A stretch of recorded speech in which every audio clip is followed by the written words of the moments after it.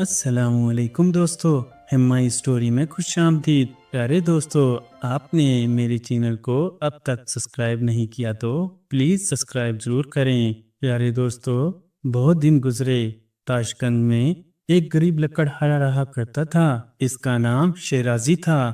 وہ جنگل سے لکڑیاں کاٹ کر شہر میں فروخت کرتا تھا۔ اسے اتنا تھوڑا معاوضہ ملتا کہ اس کا گزارا بہت مشکل سے ہوتا تھا۔ شہر سے بہت دور ایک درویش کی جھونپڑی تھی۔ وہ ہر وقت اللہ کی یاد میں مشغول رہا کرتا تھا۔ شیرازی ان درویش کی خدمت میں حاضر ہوا اور جھونپڑی کے باہر سے آواز لگائی، اے محترم بزرگ، کیا میں اندر آ سکتا ہوں؟ درویش نے کہا، دروازہ کھلا ہے، تم اندر چلے آؤ۔ شیرازی جھونپڑی میں داخل ہوا۔ اس نے ادب سے درویش بابا کو سلام کیا اور بولا، بابا جی، میں ایک غریب آدمی ہوں، اللہ کے واسطے میرے کچھ مدد کیجیے۔ درویش نے کہا، کل ہی شہر کے قاضی نے مجھے 1000 اشرفیوں کی تھیلی بھیجی ہے۔ یہ سن کر شیرازی کی آنکھیں خوشی سے چمکنے لگی۔ درویش نے کہا، بیٹا، میں مفت میں اشرفیاں نہیں بانٹا کرتا، تم مجھے اپنی کوئی چیز دے دو اور اشرفیوں کی تھیلی لے جاؤ۔ شیرازی بولا، میرے پاس آپ کو دینے کے لیے ہے ہی کیا، کلہاڑی اور ایک جھونپڑی تو ہے۔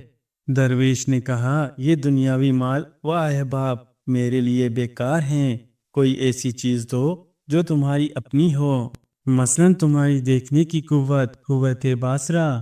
یہ کہہ کر درویش نے اپنا ہاتھ شیرازی کی آنکھوں پر رکھ کر ہٹا لیا۔ اس کے ساتھ ہی شیرازی کی بینائی نظر جاتی رہی۔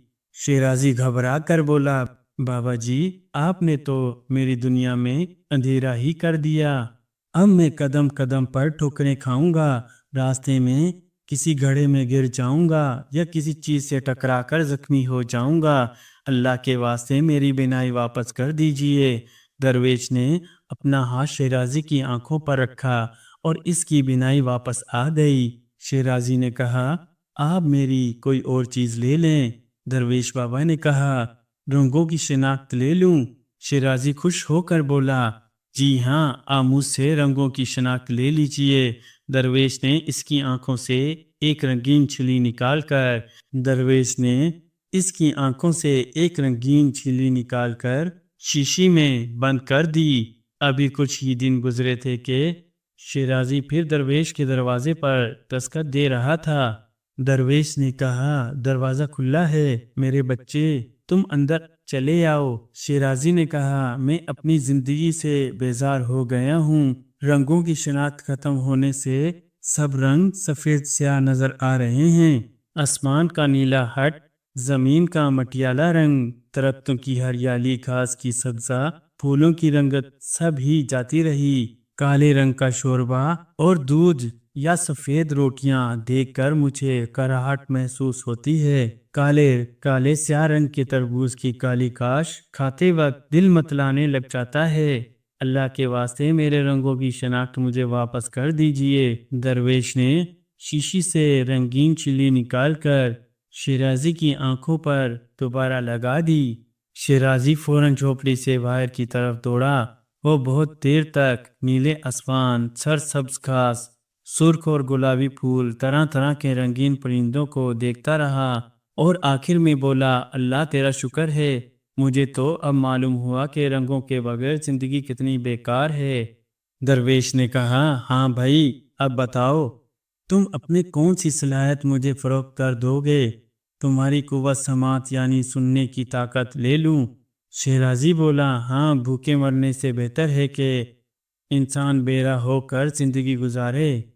درویش نے شیرازی کے کانوں سے کچھ نکال کر ایک ڈبے میں بند کر دیا۔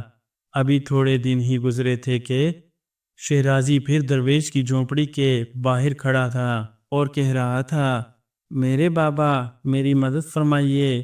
درویش نے کہا، کیا بات ہے، تم بہت پریشان دکھائی دے رہے ہو۔ شیرازی بولا، اے بزرگ، اب میں چڑیوں کی چہچہانے، کوئل کی کوکو، بلبل کی سریلی آواز سے محروم ہو گیا ہوں۔ بازار جاتا ہوں تو ہر وقت حادثے کا ڈر لگا رہتا ہے۔ کل شام میرے پیچھے سے آنے والا گھوڑا بدک گیا۔ لوگوں نے مجھے توجہ کرنے کے لیے زور زور سے آوازیں دی، لیکن مجھے کچھ سنائی نہ دیا۔ ایک شخص نے مجھے بازو سے پکڑ کر ایک طرف کھینچ لیا اور گھوڑا میرے پاس سے گزر گیا۔ اللہ کا شکر ہے کہ میں حادثے کا شکار ہونے سے بچ گیا۔ آپ میرے سننے کی طاقت واپس دے دیجئے۔ درویش نے شیرازی کو سننے کی طاقت واپس کر دی اور کہا، ہاں بھائی، اب تمہاری کون سی صلاحیت حاصل کروں؟ حسِ ذائقہ اور حسِ شامہ لے لوں؟ پھر نہ تمہیں کسی چیز کا ذائقہ محسوس ہوگا اور نہ خوشبو نہ بدبو کا۔ شیرازی نے کہا، جی ہاں، ذائقہ اور سونگھنے کی حس میرے لیے کسی کام کی نہیں ہے، یہ آپ لے لیجئے۔ درویش نے اپنی 2 انگلیاں شیرازی کے حلق میں ڈال کر کوئی شے نکالی اور شیشے میں بند کر کے ڈھکن لگا دیا۔ شیرازی خوشی خوشی اپنے گھر لوٹا۔ ابھی کچھ ہی دن گزرے ہوں گے کہ وہ پھر بزرگ درویش کی جھونپڑی کے باہر کھڑا دروازہ کھٹکھٹا رہا تھا۔ شیرازی نے کہا، میری قوت ذائقہ کیا گئی، زندگی بے مزہ ہو کر رہ گئی۔ دال روٹی ہو یا پراٹھا، کباب، حلوہ پوری ہو یا بریانی، ہر چیز کا لطف جاتا رہا۔ پتہ ہی نہیں چل رہا کہ زردہ پلاؤ کھا رہا ہوں یا بھوسا چبا رہا ہوں۔ پچھلے دنوں تو مرتے مرتے بچا ہوں۔ درویش نے پریشانی سے پوچھا، کیوں، کیا ہوا؟ شیرازی بولا، میں نے سڑا ہوا کھانا کھا لیا۔ ذائقہ محسوس نہ کرنے اور سونگھنے کی صلاحیت ختم ہونے کی وجہ سے میں یہ محسوس نہ کر سکا کہ یہ کھانا خراب یا بدبودار ہو گیا ہے۔ میں شاید بیمار ہو گیا، بہت دن تک اسی حال میں پڑا رہا، تب کہیں اس قابل ہو سکا ہوں کہ آپ کے آستانے پر حاضر ہو سکوں۔ درویش نے پھر کہا، اللہ تمہارے حال پر رحم فرمائے۔ پھر بزرگ اس شیشے کی بوتل کو اٹھا لائے۔ درویش نے کہا، اب بتاؤ کہ میں تمہاری کون سی چیز ضبط کروں، یعنی چھو کر کسی چیز کو معلوم کرنے کی صلاحیت لے لوں؟ شیرازی بولا، ہاں، یہ بیکار ہے، میں خوشی سے چھونے کی حس دینے کو تیار ہوں۔ درویش نے شیرازی کے جسم پر ہاتھ پھیرا اور بولے، جب تم اپنے گھر پہنچو گے تو تمہاری چھونے کی قوت ختم ہو جائے گی۔ ابھی تھوڑے ہی دن گزرے ہوں گے کہ وہ پھر درویش کے دروازے پر دستک دے رہا تھا۔ وہ سر سے پاؤں تک پتیوں میں جکڑا ہوا تھا۔ درویش نے حیرانی سے اسے دیکھا اور پوچھا، یہ کیا ہوا تمہیں؟ شیرازی بولا، حضور، اس بار زبردست مصیبت میں گرفتار ہو گیا ہوں۔ جب سے میں چھونے کی قوت سے محروم ہوا ہوں، مجھے یہ محسوس ہی نہیں ہوتا کہ پاؤں زمین پر رکھ دیا ہے یا نہیں۔ اس طرح میں کئی دفعہ گرتے گرتے بچا ہوں۔ ایک بار تو زینہ اترتے وقت میں سمجھا کہ میں نے قدمچے پر اپنا پاؤں رکھ دیا ہے، حالانکہ میرا پاؤں ابھی قدمچے سے کچھ اوپر ہی تھا۔ یوں ہی میں نے دوسرا پاؤں اٹھایا، میں زینے سے لڑکھڑا کر نیچے جا گرا۔ بہت دن بیمار اور زخمی پڑا رہا، اب کہیں اس قابل ہو سکا ہوں کہ آپ کے آستانے پر حاضری دے سکوں۔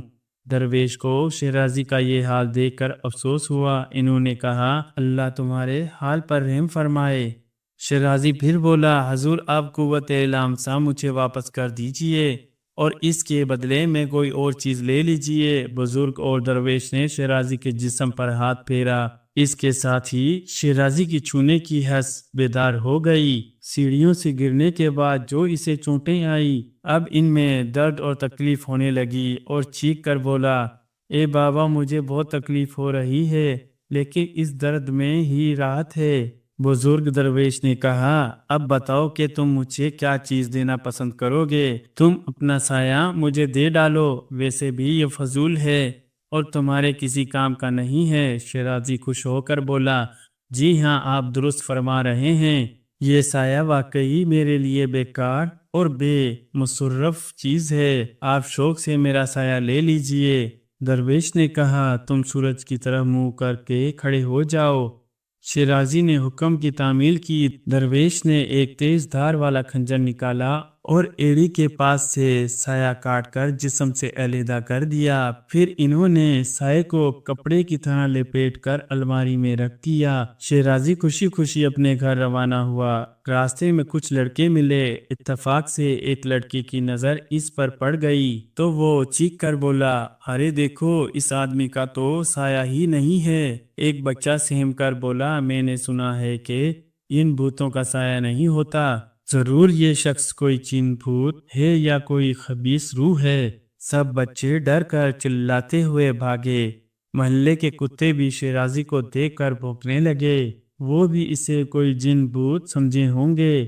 اب شیرازی دن بھر اپنے کمرے میں بیٹھا رہتا، رات کے وقت گھر سے نکلتا اور گھپ اندھیرے میں گلیوں میں پھرا کرتا۔ اس کے دوست اور رشتہ دار بھی اس کی اس حالت پر حیران تھے۔ وہ اسے بلاتے لیکن شیرازی کسی سے ملنے کے لیے نہ جاتا۔ آخر وہ اس قید تنہائی سے گھبرا گیا اور ایک دن پھر بابا کے آستانے پر حاضر ہوا اور چیخ چیخ کر پکارنے لگا، یا مرشد پیر صاحب۔ درویش نے دروازہ کھولا اور شیرازی کو دیکھ کر کہا، کہو کیسے آنا ہوا؟ شیرازی رونے لگا اور بولا، حضور میں بہت تکلیف میں ہوں، اللہ کے واسطے میری مدد کیجیے اور مجھے اس مصیبت اور قید سے نجات دلائیے۔ درویش نے پوچھا، اب کیا ہوا؟ شیرازی نے جواب میں اپنی کہانی سنا کے ڈالی اور کہا، حضور مجھے تو اب معلوم ہوا کہ انسان کا سایہ بھی بہت کام کی چیز ہوتی ہے۔ یہ وہ ساتھی ہے جو ہمیشہ ساتھ رہا کرتا ہے، کبھی آگے کبھی پیچھے۔ اس سے محروم ہو کر محسوس ہوا کہ جیسے ایک سچا دوست اور دکھ سکھ کا ساتھی ساتھ چھوڑ گیا ہو۔ سائے کے بغیر میں اپنے آپ کو اکیلا محسوس کرتا ہوں۔ بزرگ بابا نے کہا، دیکھو بھائی، تمہاری روز روز کی دخل اندازی سے میری عبادت میں خلل پڑتا ہے۔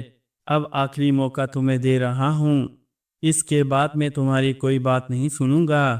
یہ کہہ کر درویش بہت دیر تک خاموش بیٹھے رہے اور کچھ سوچنے لگے، پھر بولے، تم مجھے اپنا مسان دے ڈالو۔ شیرازی خوش ہو کر بولا، جی ہاں، آپ میرے مسان لے لیجئے، ویسے بھی یہ میرے کسی کام کے نہیں ہیں۔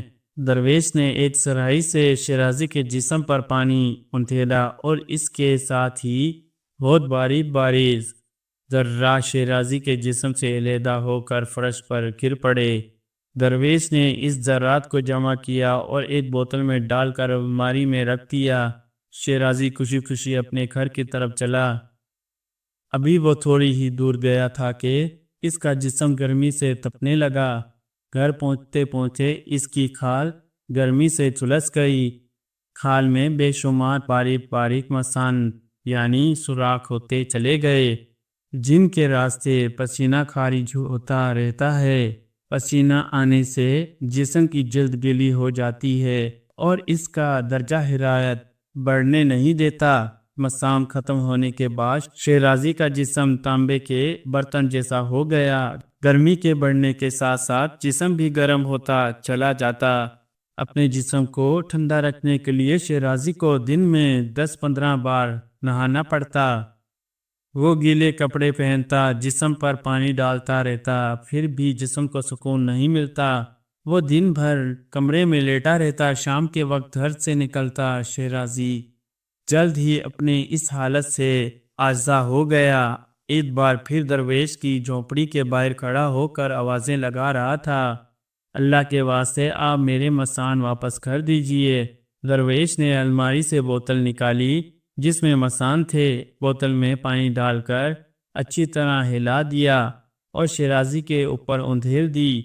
شیرازی بولا، حضور اب میں اچھی طرح سمجھ گیا ہوں کہ اللہ نے مجھے بے شمار نعمتوں سے نوازا ہے، ہر نعمت ہزاروں اشرفیوں سے زیادہ قیمتی ہیں۔ یہ رہی آپ کی 1000 اشرفیوں والی تھیلی، میں اب محنت اور ہمت سے اپنی روزی کماؤں گا۔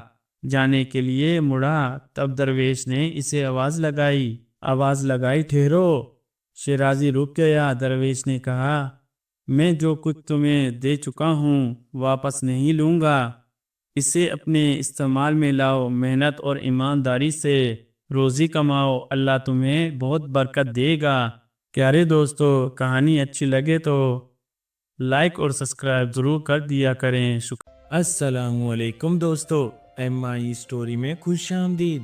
کسی ملک میں ایک نہایت سست اور چڑچڑا شہزادہ رہا کرتا تھا۔ وہ کبھی خوش نہیں رہتا تھا۔ شکوہ شکایت کرنا اور ہر کام میں ناک چڑھانا اس کی عادت تھی۔ محل میں کام کرنے والے خادم اسے پیٹھ پیچھے چڑچڑا شہزادہ کہا کرتے تھے، کیونکہ شہزادہ بادشاہ اور ملکہ کا اکلوتا بیٹا تھا، اس لیے وہ اسے دل و جان سے چاہتے تھے اور اس کی ہر خواہش پوری کرتے تھے، مگر پھر بھی وہ خوش نہ ہوتا۔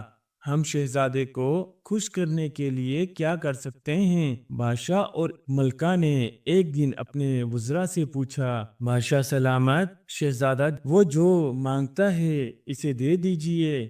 انہوں نے بادشاہ کو تجویز پیش کی۔ بادشاہ نے اس پر عمل کیا، مگر پھر بھی شہزادہ خوش ہونے کے بجائے اداس ہی رہا۔ شہزادہ اداس ہوتا تو اداسی مٹانے کے لیے خوب کھاتا پیتا، بے تحاشا کھانا اور ہر وقت بستر پر پڑے رہنے کی وجہ سے وہ سست بھی ہو گیا تھا۔ وہ چھوٹا موٹا کام بھی خود سے نہ کرتا تھا، اس کا ہاتھ منہ بھی خادم دھلاتے تھے۔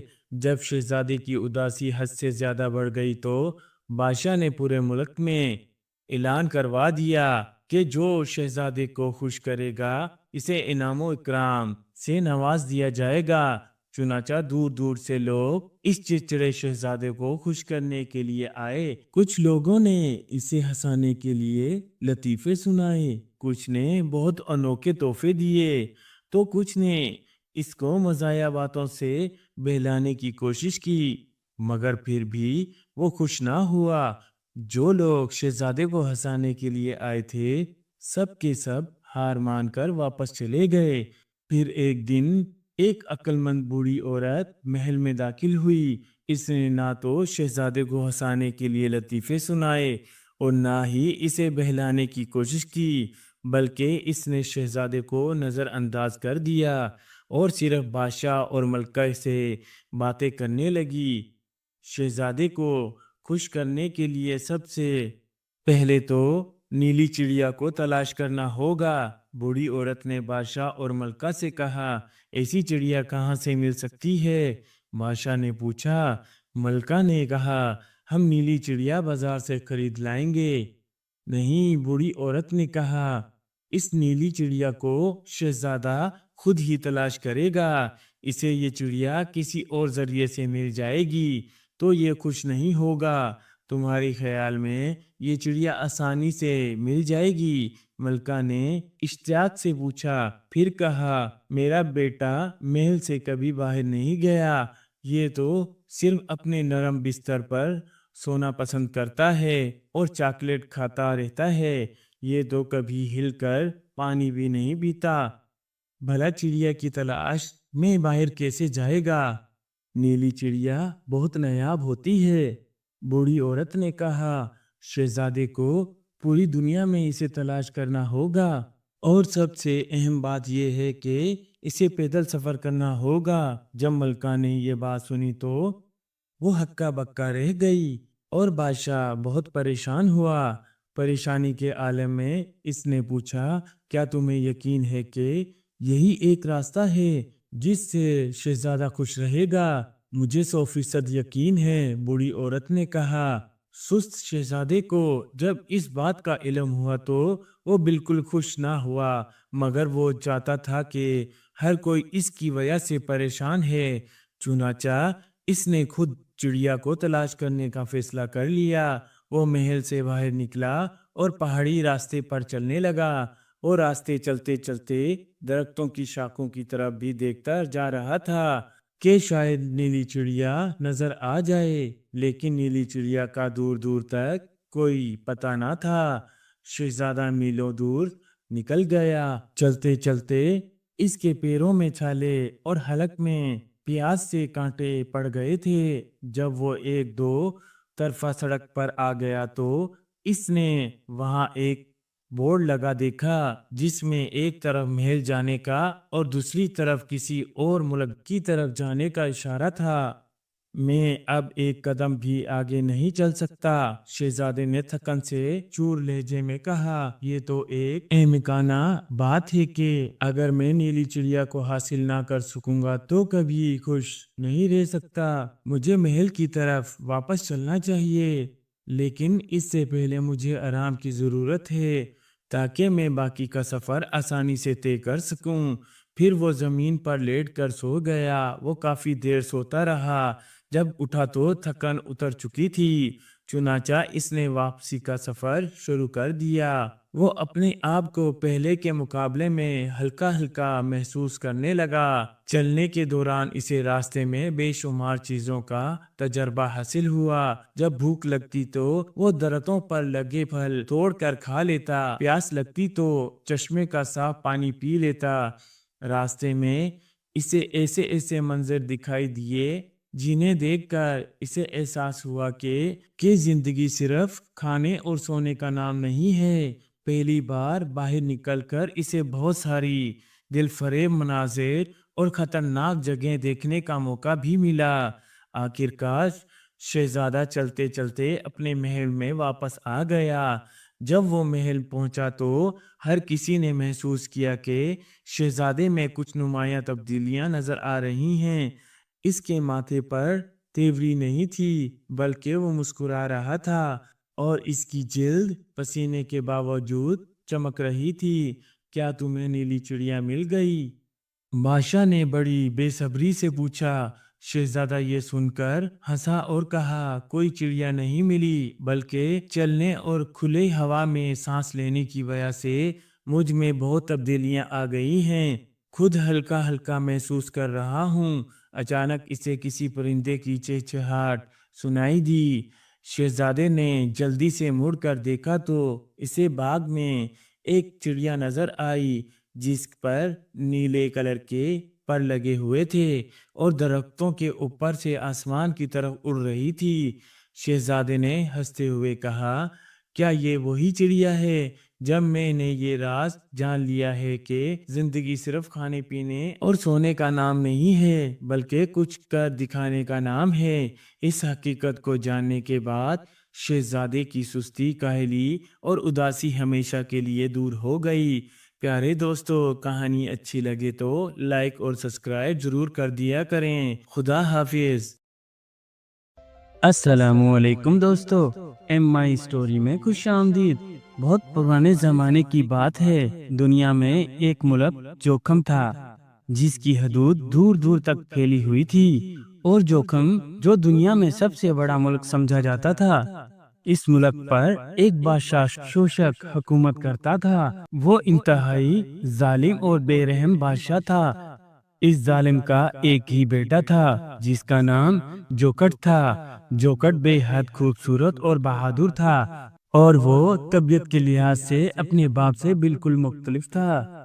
وہ انتہائی رحم دل اور سخی تھا، اور اپنے باپ کی ظالمانہ حرکتوں پر دل ہی دل میں گڑگڑاتا رہتا تھا، مگر کچھ کہہ نہ سکتا تھا، کیونکہ اسے معلوم تھا کہ بادشاہ سلامت اپنے خلاف بولنے والوں کو ہرگز زندہ نہیں رہنے دیتا، چاہے وہ اس کا اکلوتا بیٹا ہی کیوں نہ ہو۔ ایک روز وہ بادشاہ کے ساتھ دربار میں بیٹھا ہوا تھا کہ ایک بوڑھے کو سپاہیوں نے بادشاہ سلامت کے سامنے پیش کیا۔ شکایت کی، یہ بوڑھا شخص بادشاہ کے حکم کے خلاف لوگوں کو بھڑکاتا رہتا ہے۔ کیوں بوڑھے، تم ہمارے خلاف کیوں بولتے ہو؟ کیا تمہیں معلوم نہیں ہے کہ ہم بادشاہ ہیں اور بادشاہ جو چاہے کر سکتا ہے؟ بادشاہ نے غصے سے کانپتے ہوئے کہا۔ بوڑھے نے کہا، بادشاہ سلامت، ایک بادشاہ اپنی رعایا کا باپ ہوتا ہے، اور باپ اپنی اولاد کے ساتھ کبھی ظالمانہ سلوک نہیں کرتا۔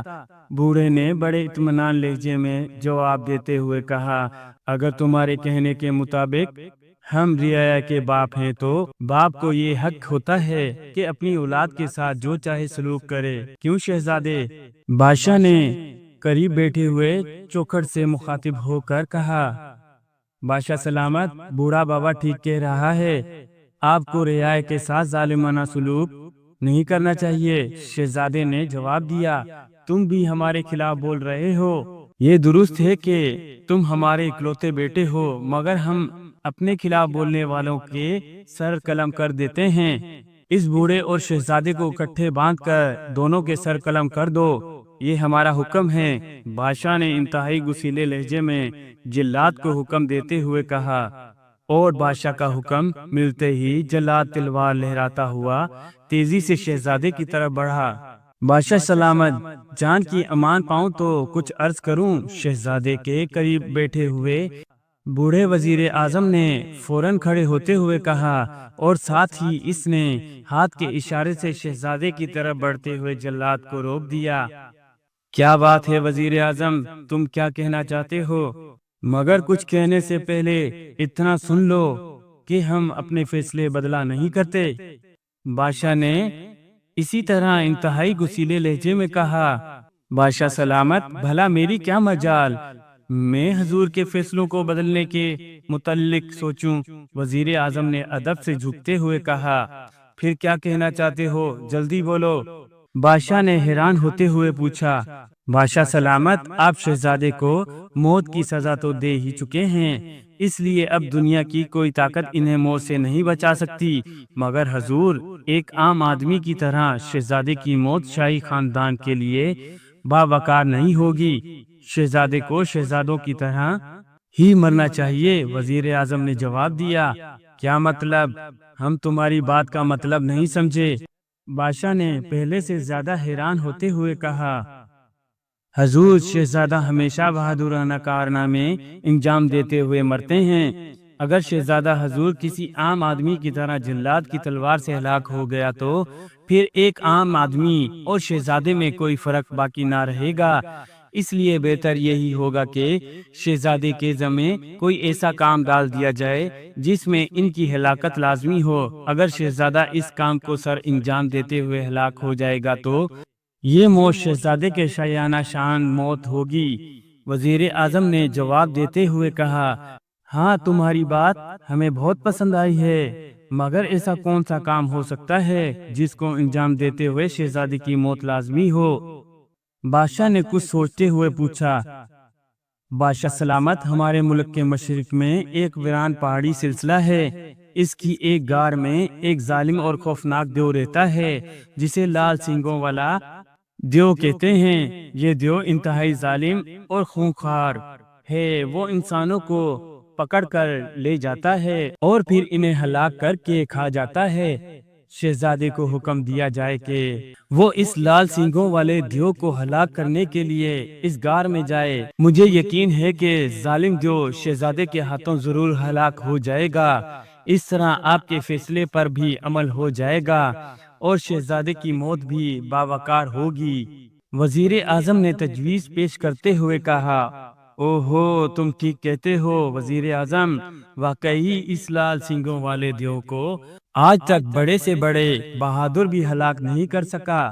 ہم شہزادے کو حکم دیتے ہیں کہ وہ اس لال سینگوں والے دیو کا خاتمہ کرنے کے لیے اس غار میں جائے، اور اس کے ساتھ یہ اعلان بھی کرتے ہیں کہ اگر شہزادہ اس لال سینگوں والے دیو کو ہلاک کرنے میں کامیاب ہو گیا تو ہم اپنا تخت و تاج اس کے حوالے کر دیں گے، ورنہ دوسری صورت میں ظاہر ہے ہمارے فیصلے پر خود بخود عمل ہو جائے گا۔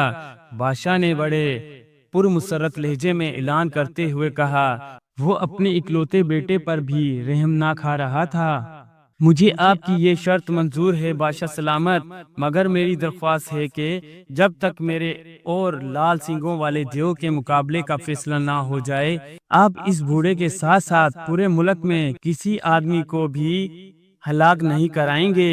شہزادے نے کھڑے ہوتے ہوئے کہا، ٹھیک ہے، ہم تمہاری درخواست منظور کرتے ہیں۔ بادشاہ سلامت نے کہا، اور اس کے ساتھ ہی اس نے بوڑھے کو چھوڑنے اور دربار برخاست کرنے کا حکم دے دیا۔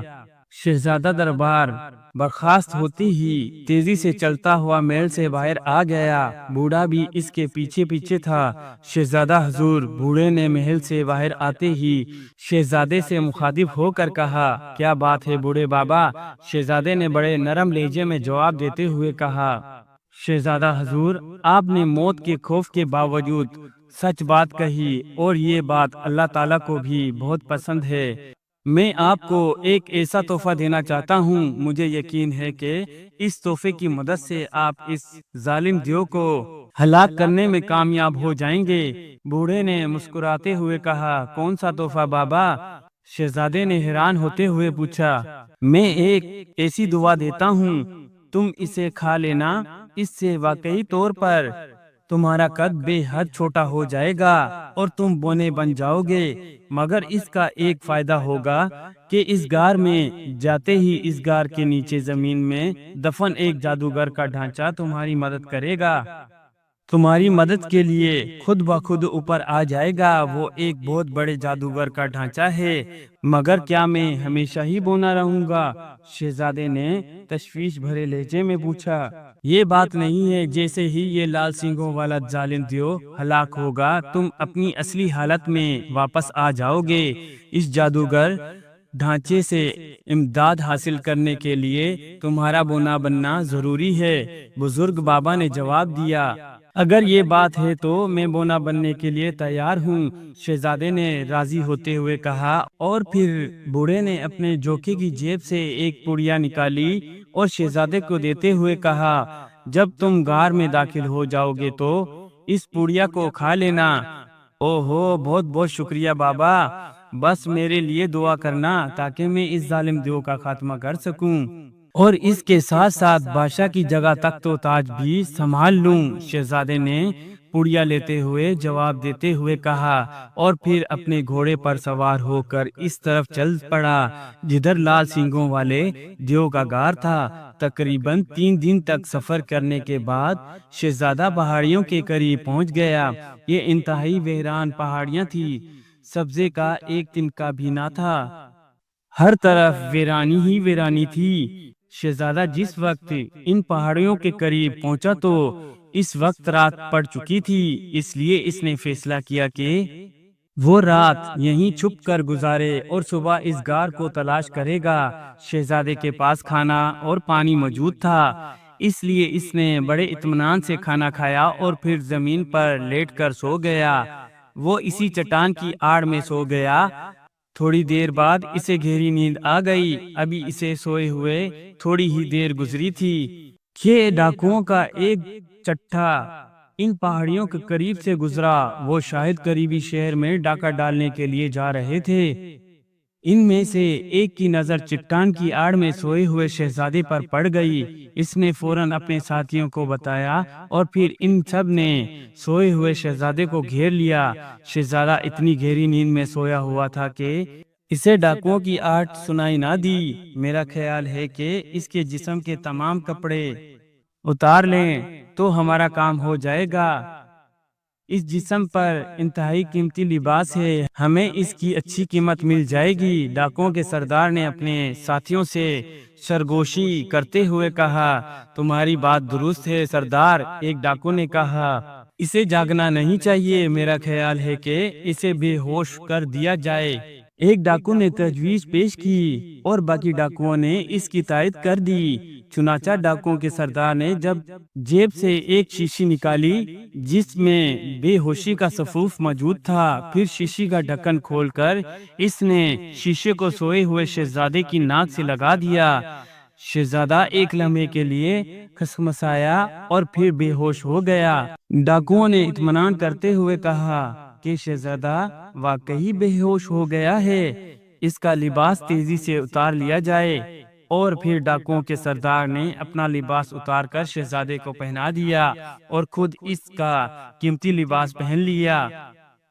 اب شہزادہ ڈاکو کے لباس میں پڑا ہوا تھا۔ ڈاکوؤں کے سردار نے شہزادے کا لباس پہن کر اس کی جیبوں کی تلاشی لی تو اسے باقی چیزوں کے ساتھ سفوف کی۔ یہ پڑیا بھی کیا ہے؟ ڈاکوؤں کے سردار نے پڑیا کھولتے ہوئے کہا، ہوگی کوئی مصیبت، پھینک دے اسے۔ ایک ڈاکو نے کہا، میرا خیال ہے کہ اس آدمی کو سزا ملنی چاہیے، کیوں نہ یہ سفوف اس کے منہ میں ڈال دیں، جو ہوگا اس کے ساتھ ہوگا۔ ڈاکو کے سردار نے کہا اور پھر اس نے پڑیا کا سفوف بے ہوش پڑے ہوئے شہزادے کا منہ زبردستی کھول کر اس کے حلق میں اندھیل دیا اور دوسرے لمحے وہ بری طرح چونک پڑا کیونکہ جیسے ہی سفوف شہزادے کے حلق میں اترا اس کا قد تیزی سے گھٹنا شروع ہو گیا۔ بھاگو، یہ واقعی جن ہے، ڈاکوؤں نے کہا، اور پھر وہ سب سر پٹ بھاگتے چلے گئے۔ شہزادے کا قد گھٹتے گھٹتے بہت چھوٹا ہو گیا اور اب وہ بونا شہزادہ بن چکا تھا۔ بے ہوشی کے سفوف کی وجہ سے وہ بونا ہونے کے باوجود بے ہوش پڑا ہوا تھا۔ پھر صبح ہو گئی مگر شہزادے کو ہوش نہ آیا۔ صبح کو لال سینگوں والا دیو اپنے غار سے باہر نکلا اور گھومتا پھرتا اس چٹان کے قریب پہنچ گیا جہاں بونا شہزادہ ابھی تک بے ہوش پڑا تھا۔ دیو کی نظر جیسے ہی شہزادے پر پڑی وہ خوشی سے اچھل پڑا۔ واہ واہ، بڑا نرم ناشتہ مل گیا ہے، اس بچے کا گوشت بہت نرم ہوگا اور لذیذ بھی ہوگا، دیو نے خوشی سے اچھلتے ہوئے کہا، اور پھر اس نے جھک کر بے ہوش بونے شہزادے کو دونوں ہاتھوں میں اٹھا لیا اور پھر اسے لے کر غار میں آ گیا۔ اس کی غار میں ایک بڑا سا پنجرا لٹکا ہوا تھا جس میں اس وقت بھی 2 مرد اور 2 عورتیں قید تھی۔ لال سینگوں والا دیو ایک ہی بار بہت سے مردوں اور عورتوں کو پکڑ کر لاتا اور پھر انہیں پنجرے میں قید کر دیتا تھا، اور جب اسے بھوک لگتی وہ پنجرے کھول کر قیدیوں کو نکال کر اور انہیں ہلاک کر کے آگ پر بھون کر کھا جاتا۔ لال سینگوں والا دیو بے حد طاقتور اور خوفناک تھا۔ اس نے گلے میں 3 انسانی کھوپڑیاں ہار کے طور پر پہن رکھی تھی۔ غار میں بھی جگہ جگہ انسانی کھوپڑیاں اور ہڈی پھیلی ہوئی تھی۔ غار کے درمیان ایک بڑا سا تھال پڑا ہوا تھا۔ لال سینگوں والا دیو انسانی گوشت کاٹ کر اس تھال میں ڈال دیتا، اس سے خون بھی ضائع نہ ہوتا تھا اور گوشت بھی محفوظ رہتا، اور وہ اطمینان سے گوشت کھا جاتا تھا اور پھر تھال کو منہ لگا کر خون پی جاتا تھا۔ لال سینگوں والے دیو نے بے ہوش شہزادے کو لا کر اس تھال میں ڈال دیا۔ بونا شہزادہ اس تھال میں پورا آ گیا۔ پھر لال سینگوں والے دیو نے غار میں ایک طرف پڑا ہوا خوفناک خنجر اٹھایا اور تھال کے قریب بیٹھ گیا۔ شہزادے کو دیکھ کر اس کی رال ٹپکنے لگی اور وہ دل ہی دل میں اتنے نرم گوشت کا تصور کر کے خوش ہو رہا تھا۔ اس نے خنجر سنبھالا اور پھر تھال میں بے ہوش پڑے ہوئے شہزادے کو ہلاک کرنے کے لیے خنجر اس کی کھوپڑی کی طرف بڑھایا۔ پنجرے میں بند مرد اور عورت بڑے خوفزدہ انداز میں یہ خوفناک منظر دیکھ رہے تھے، مگر وہ بے بس تھے، کچھ نہ کر سکتے تھے۔ پھر جیسے ہی دیو کا خوفناک خنجر بونے شہزادے کے سر کے قریب پہنچا تو اچانک دیو کی پشت پر غار کے دہانے کے بالکل سامنے ایک ڈھانچہ زمین سے ابھرتا ہوا نظر آیا۔ وہ اتنی تیزی سے باہر نکل رہا تھا کہ دیکھتے ہی دیکھتے وہ پورا باہر آ گیا۔ یوں لگتا تھا جیسے وہ کسی پودے کی طرح زمین میں اگ گیا ہو۔ اس سے پہلے کہ شہزادے کی کھوپڑی پاش پاش کر دیتا، ڈھانچے نے اپنا ہاتھ اونچا کیا اور اس کے ہڈیوں بھرے ہاتھ سے ایک سرخ رنگ کی لہر نکل کر دیو پر پڑی اور دیو چیخ مار کر پشت کے بل غار کے فرش پر گر کر تڑپنے لگا۔ اس کے ہاتھ سے خنجر نکل کر دور جا گرا تھا اور عین اسی لمحے شہزادہ بھی ہوش میں آ گیا۔ وہ چند لمحے تو آنکھیں پھاڑتے دیکھتا رہا اور عین اسی لمحے شہزادہ بھی ہوش میں آ گیا۔ وہ چند لمحے تو آنکھیں پھاڑ پھاڑ کر دیکھتا رہا، پھر اچھل کر کھڑا ہو گیا اور تھال سے باہر نکل آیا۔ دیو فرش پر گرتے ہی تیزی سے اٹھا، اس کے حلق سے غصے کے مارے چنگھاڑ نکل رہی تھی، مگر جیسے ہی وہ اٹھا ڈھانچے کے ہاتھ سے ایک بار پھر لہر نکلی اور دیو اچھل کر غار کے فرش پر گر پڑا، اور پھر جیسے ہی وہ اٹھا تو ڈھانچے کے ہاتھ سے نکلنے والی سرخ لہر اسی فرش پر گرا دیتی۔ شہزادے کی نظریں اس دوران دیو کے ہاتھ سے گرے ہوئے خنجر پر پڑ گئی۔ وہ بھاگتا ہوا اس خنجر کی طرف بڑھا اور اس نے خنجر اٹھا لیا۔ اس کے موجودہ قد و قامت کے لحاظ سے خنجر بے حد بھاری تھا۔ شہزادے نے خنجر کو دونوں ہاتھوں سے پکڑ کر اٹھایا اور پھر وہ فرش پر پڑے ہوئے دیو کے قریب پہنچ گیا۔ اس بار سرخ لہر کی وجہ سے دیو جیسے ہی زمین پر گرا شہزادے نے دونوں ہاتھوں سے خنجر نکال کر دیو کی گردن پر ایک بھرپور وار کیا۔ دیو کے حلق سے ایک زوردار چیخ نکلی اور اس نے زخمی ہونے کے باوجود شہزادے کو ہاتھ بڑھا کر پکڑنا چاہا، مگر جیسے ہی اس کا ہاتھ شہزادے کے قریب پہنچا، اس کا ہاتھ ایک زوردار جھٹکا کھا کر واپس مڑ گیا۔ اس کے بعد سرخ لہر دیو کے ہاتھ پر پڑتی تھی۔ اب تو شہزادہ اور زیادہ نڈر ہو گیا تھا۔ اس نے بے ترپتے خنجر کے وار دیو پر کرنے شروع کر دیے۔ ادھر ڈھانچہ دیو کو فرش سے اٹھنے نہ دے رہا تھا اور شہزادہ اس پر خنجر کے وار کیے جا رہا تھا۔ اس کا نتیجہ یہ ہوا کہ تھوڑی ہی دیر بعد بونا شہزادہ خوفناک دیو کی گردن کاٹنے میں کامیاب ہو گیا۔ دیو کے ہلاک ہوتے ہی ڈھانچہ واپس زمین پر غائب ہو گیا اور اس کے ساتھ ہی شہزادہ بھی اپنی اصل روم میں آ گیا۔ پنجرے میں قید مرد اور عورتیں دیو کے ہلاک ہوتے ہی خوشی سے چیخنے لگی۔ پھر شہزادے نے پنجرا کھول کر انہیں آزادی دلائی اور لال سنگھوں والے دیو کی کھوپڑی اٹھا کر غار سے باہر آ گیا۔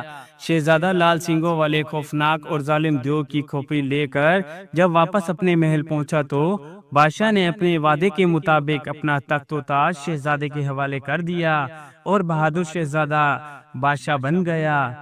شہزادے نے بادشاہ بنتے ہی ہر قسم کے ظلم کا خاتمہ کر دیا اور ملک کی رعایا نے سکھ کا سانس لیا۔ وہ سب اپنے بہادر رحم دل بادشاہ سے بے حد خوش تھے اور ہر وقت اس کو دعائیں دیتے رہتے تھے۔ اور اس طرح بہادر شہزادے نے اپنی جان پر کھیل کر سچ کہا اور سچ کہنے کے نتیجے میں اللہ تعالیٰ نے اس کی مدد کی اور وہ شہزادے سے بادشاہ بن گیا۔ پیارے دوستو، کہانی اچھی لگے تو لائک اور سبسکرائب ضرور کیا کریں۔ شکریہ۔